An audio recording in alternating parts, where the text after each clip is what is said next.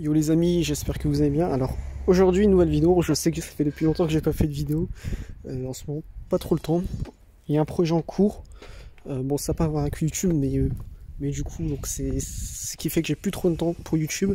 Mais là, je vous fais une petite vidéo pour montrer comment on change bien les bougies d'allumage sur Yaris. Donc comment bien les changer en même pas 15 minutes. Donc d'abord, qu'est-ce qu'il vous faut? Donc les outils qu'il vous faut. Donc il vous faut donc une douille de 10 mm. 10 mm, clé à kicker de 10 mm, une clé plate de 10 mm, et ensuite donc une douille longue de 16 mm. Donc il faut savoir que cette vidéo c'est valable pour la Yaris 1, la Yaris 2, la Yaris 3, la Yaris 4, je sais pas, j'ai pas essayé. Mais il vous faut également une douille longue de 16 mm, également donc Yaris 1, 2, 3, 4, modèle essence. Et donc là vous avez donc, vous prenez une douille donc de 16 mm avec clé à kicker, avec clé à kicker 1,5. Donc vous prenez donc une douille de 16 mm avec clé à kicker 1,5 et donc une fois que vous avez ça, donc vous prenez également donc des bougies d'allumage, donc des bougies d'allumage neuves. Donc moi j'ai acheté ça donc chez Noroto, donc FR78, c'est le modèle de mémoire. Je vais vous dire ça parce qu'en fait il y a une référence, j'ai dû la jeter dans mon coffre. Hop là. Donc c'est le modèle N59 qui est compatible avec la Yaris 2 1.3 VVTi. Il faut savoir que les bougies d'allumage, elles sont pas les mêmes. C'est-à-dire que la longueur, elles sont pas les mêmes pour la Yaris 1 et la Yaris 2. Donc faites attention à bien vérifier la bonne longueur, parce que si vous mettez la mauvaise longueur, vous pouvez casser le moteur juste à cause de ça. Faire très attention à cette chose-là, à cet aspect-là. Donc une fois que vous avez donc vos outils, donc douille de 10 mm, clé à kicker 1,5 avec 16 mm, il vous faut donc également les bougies. Donc moi j'ai pris des Bosch 4 électrodes. Bon après il faut savoir que il y a des bougies que j'ai vues qui sont un petit peu mieux, donc c'est les Patinium, j'ai essayé ça. J'ai acheté aussi des Iridium sur eBay, franchement c'était pourri. eBay, faut faire attention aux vendeurs, faut prendre des originales. Quand vous achetez des bougies, faut prendre des originales. Sur eBay on sait pas trop, parce que c'est des vendeurs quelconques qui vendent des produits, on sait pas si c'est des produits originaux. Du coup, il vaut mieux acheter directement chez le vendeur principal du produit. Et donc voilà, c'est comme ça que ça marche. Et donc là, du coup, vous prenez vos bougies d'allumage. Et comment ça se passe? Donc vous ouvrez le capot, c'est très simple. Bon, faites pas attention à ce truc là, tuning, bon ça c'est... Faites pas attention à ça. Du coup, vous retirez donc la boîte à air, donc on déclipse la partie haute, la partie basse, on détache ça. Et je vous montrer la procédure, donc vous suivez bien la procédure que je vous donne, parce que si vous suivez pas cette procédure là, vous allez tout foirer, et du coup ça risque de vous créer pas de soucis. Une fois que vous avez retiré la boîte à air, vous retirez les bobines. Vous ne démontez pas ça, parce que ça, si vous savez pas le démonter, vous risquez de faire comme moi, à l'époque, donc de casser les languettes. Du coup, c'est très simple. Donc vous prenez clé à kicker de 10 mm et vous dévissez donc la douille. Hop là. Également, suivez bien la vidéo parce que je vous montre bien comment bien faire les choses.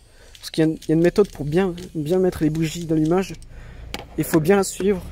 Si vous la suivez mal, ça va pas très bien fonctionner. Donc là, vous retirez donc ça, la bobine. La bobine, vous la mettez sur le côté. Ici, plutôt ici, pas ici, parce que ça risque de toucher le collecteur, et s'il est chaud, voilà, ça risque de créer d'autres soucis. Et là, vous prenez votre clé à kicker 1,5, vous la mettez en mode desserrage. Donc là, il faut qu'elle s'encastre bien. Et une fois qu'elle est bien encastrée, donc là, on dévisse. Donc il faut tenir par la tête et vous dévissez. Donc voilà, et là, ça devrait bien sortir. Hop là. Donc là, vous allez voir que les bougies, je vais vous montrer l'état des bougies. Hop là. Donc là vous pouvez voir que la bougie elle est de couleur marron. Ça c'est très très bien, ça veut dire qu'il y a une bonne combustion, ça veut dire que le moteur il fonctionne bien. Si elle est de couleur noire, ça veut dire que votre moteur il est trop riche ou que votre moteur il consomme de l'huile. Ça c'est souvent dû au fait que du coup que le moteur il est mal entretenu ou que les injecteurs ils sont bouchés, donc à voir. Et donc moi, donc elle est là. Ou si c'est blanc, donc ça c'est très important. Si c'est blanc, faites attention. C'est-à-dire que le moteur est trop froid, donc ça veut soit dire que le débitmètre est mauvais, ou soit que la pompe à essence elle est en fin de vie, du coup elle n'injecte pas assez d'essence, ou soit que vous roulez à éthanol, et du coup il faut un boîtier pour rouler à éthanol. Donc là, une fois que ça s'est retiré, vous voyez que là, donc franchement l'aspect est vraiment propre, vous voyez que la bougie d'allumage, ça fait un dôme en fait, comme un dôme au-dessus, voilà, vous voyez, tandis que les nouvelles, c'est plat. Je vais vous montrer ça. Donc vous voyez c'est plat, tandis que là ça fait un dôme. Je sais pas si c'est dû à l'usure ou quand c'était neuf c'était comme ça. Du coup on va prendre la nouvelle bougie d'allumage. Bon, ça c'est la céramique, faut faire attention à ne pas le faire tomber, quelque chose comme ça, parce que ça peut se briser. Donc vous prenez ça délicatement, très important, vous prenez ça délicatement. Oups, bah je l'ai fait tomber. Bon, ça va, c'est pas tombé sur la céramique, c'est tombé sur le... Mais du coup, vous prenez ça très délicatement. Bon, ça va, c'est pas brisé, mais du coup, vous prenez ça très délicatement. Bon, c'est compliqué de tenir la caméra et faire ça en même temps, mais je vais vous montrer. Et puis, donc là, vous l'encastrez donc dans le porte-bougie. Et vous le mettez doucement. Donc vous prenez votre temps. Donc vous le mettez doucement à l'intérieur. Donc là. Et là, donc vous le serrez à la main. Et ensuite, le serrage, très important, je vais vous montrer comment on fait le serrage. Ça, c'est très important, faut pas se foirer dans ce serrage-là. Sinon, si vous foirez, ça, soit vous risquez donc de casser le filetage, mais je vais vous montrer la méthode pour pas se foirer. Donc, vous mettez votre claquique à 1/2 sur la tête, ici. Vous serrez en mettant votre main au-dessous. Pourquoi? Parce qu'en fait, l'effet de levier sera moins important. Du coup, vous serrez. Et là, une fois que vous avez plus de force, vous continuez de serrer. Doucement, vous prenez votre temps, vous faites ça doucement. Donc là, et là, à un moment donné, c'est bloqué. Donc dès que c'est bloqué, ne continuez surtout pas. Parce que quand c'est bloqué, en fait, quand c'est bloqué, ça veut dire que le joint, il s'est bien écrasé. Du coup, il s'est bien écrasé contre la paroi, du coup, pour faire étanchéité. Et si vous continuez, là, vous risquez de... En fait, la force, ça sera tellement importante que ça risque de faire sauter le filetage de la culasse. Et du coup, je dis pas les problèmes que ça peut vous créer. Donc du coup, là, c'est bon, c'est bon. Une fois qu'on a plus au niveau de ce levier-là, une fois qu'on peut plus tirer fort, il faut s'arrêter, sinon on risquait de casser le filetage. Donc voilà.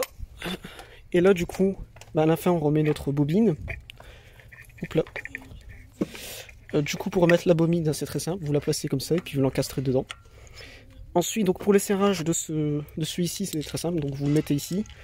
Et généralement, quand on débute en mécanique, les serrages, on les fait mal. On casse les vis. Du coup, je vais vous montrer comment faire pour pas se tromper. Parce qu'en fait, on a peur que la vis, elle se détache. C'est la principale peur qu'on a. Mais il faut savoir que ça a été étudié par des ingénieurs. Généralement, les ingénieurs Toyota, ils font très bien les choses. Et du coup, même si une vis pas serrée, donc une vis pas serrée, c'est ça. Donc vous prenez, vous le serrez à la main. Vous voyez, là ça glisse. Ça, c'est pas serré. Une vis trop serrée, bon, je vais pas vous montrer, sinon je vais tout casser. Mais du coup, ça, je vais vous montrer c'est quoi serré. Donc serré, vous prenez par la tête. Là, vous voyez, vous avez plus de force. Vous prenez par le bout, comme ça. Vous serrez. Et là, vous êtes bloqué. Ça, c'est bon, c'est serré. On arrête là. C'est serré, ça va pas bouger. Donc voilà, c'est comme ça qu'il faut procéder. Donc là, toutes les bobines, donc elles sont... Donc toutes les bougies, elles ont été changées. Donc vous faites ça sur chaque bougie. Très très important. Si jamais un jour vous démontez les bobines d'allumage, faites attention à l'ordre. Donc là, vous voyez qu'ici il y a une inscription. Donc là, c'est écrit 3. Attendez, je vais vous montrer. En fait, c'est écrit 3.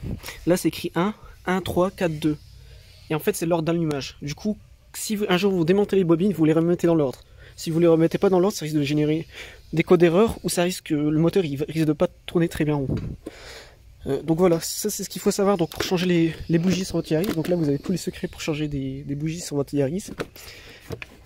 Et donc voilà, il manque plus qu'à ce que vous le fassiez sur votre véhicule.